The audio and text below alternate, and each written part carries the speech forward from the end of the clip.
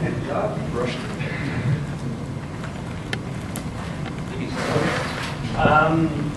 Yeah, I thought the presentation was pretty good. Typically, the ask comes at the end and not the beginning. And quite frankly, by the time the presentation had gone, I couldn't remember what the ask was anymore. So, so I kind of flipped that part around. I think there's a lot right about the way you're approaching it. I mean, it's a product everyone knows about. I think, the story's credible. There's demand, for this kind of thing. I think there's probably an opportunity to make a lot of money at it. But it's all kind of in vapor mode. I mean, I think I'd want to say, here's the product, right? Here's what it's going to look like. Here's how much it's going to cost to produce. The vending machine itself. Here's how it's going to be distinctive. The fact that it's going to have a screen and stuff. Everything else is very sort of clip art, based. And I think the actual products and how it's going to fit into the environment stuff is important. And the cost of manufacturing and so on. You thought that stuff through.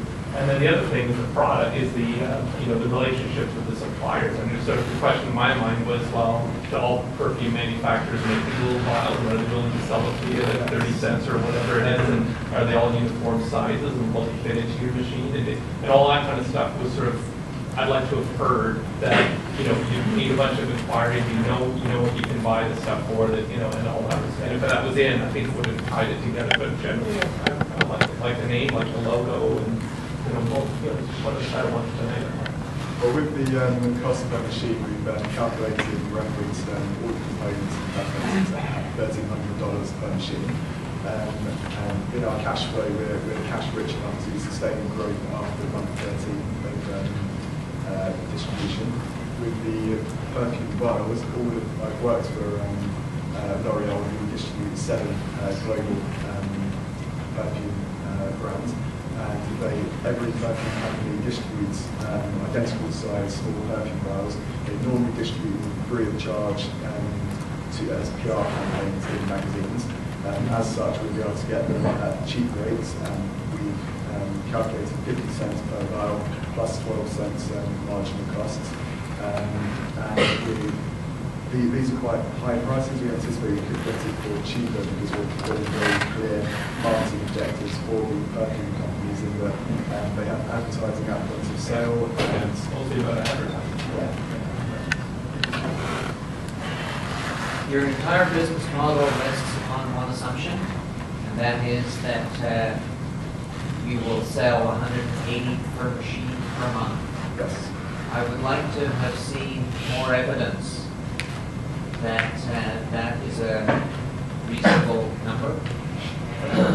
So you referred to some market research. I'd like to know more about it, because as I say, the whole business case rests on that assumption. Yeah. Second point, your valuation of $2.5 billion for a pre-revenue company with no IP, out to lunch by a factor of maybe 10. And third point, your offering is way too complex. Get rid of that cash distribution scheme. If you are performing the way you are forecasting to perform, why would anyone want to take money out? Let it ride, let it compound. As I say, the whole challenge is your business case rests upon this one proven assumption. We're hoping that might be quite an attractive feature given the turbulence of the markets and No, it's not. steady stream. No, it's not. An offering that deviates from the norm simply raises a red flag. So don't do it. Okay. Final point, you as a team presented very well together. You showed teamliness, which was very attractive to me. I think for me, it just goes to support what I said in the last presentation was the branding. It was good to get, I can go home with this and read it over. It's nice to have this whole document here. The branding's, pretty much consistent throughout the whole process. I don't know, some of the part is kind of funny. It's hard to say, like, some people will make it simple and might not like it, right? Be happy face. Yeah, that is the taste. But it's not a make or break. There's a lot of competition, I think, especially with your counting. I don't know how much you're counting on selling ad space, because there's tons of ads now. If you go to any restaurant, like all over the place, there's ads, there's digital ads. It's almost overwhelming, right? So I would almost not even I would almost.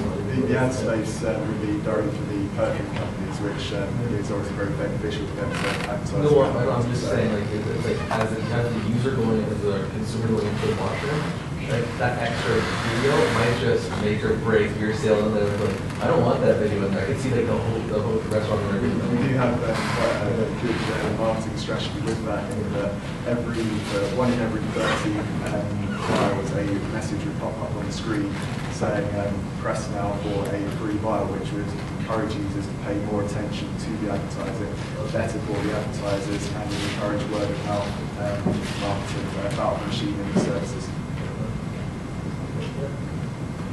Yeah, I thought your team presented pretty well. I also thought that you individually respond well. You got my investor attention. You probably did that with a lot more sizzle than steak.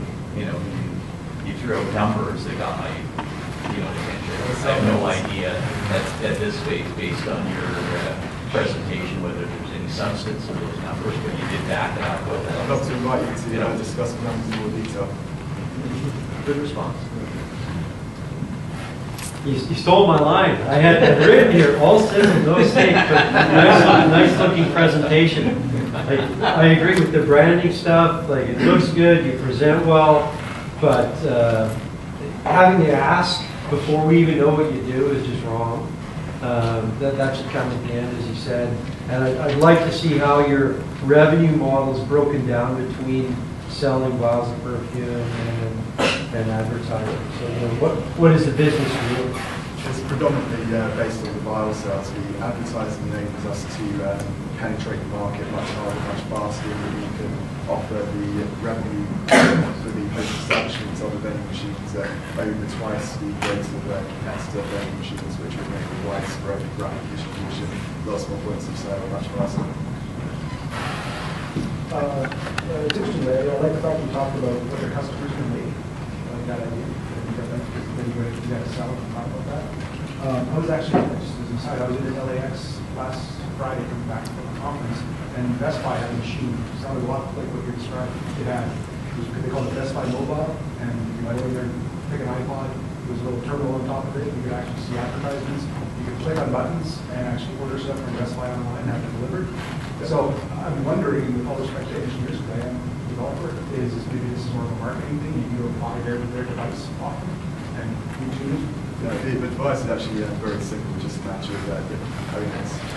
So it's very simple, cheap device to make. Okay, so it's actually, you kind of described as the engineering team, a bunch of stuff they had to do.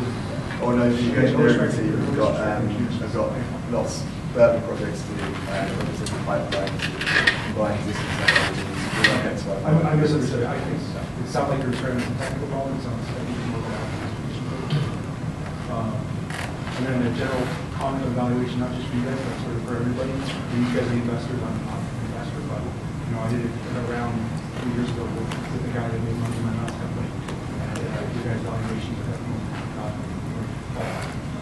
Okay. Thank you very much.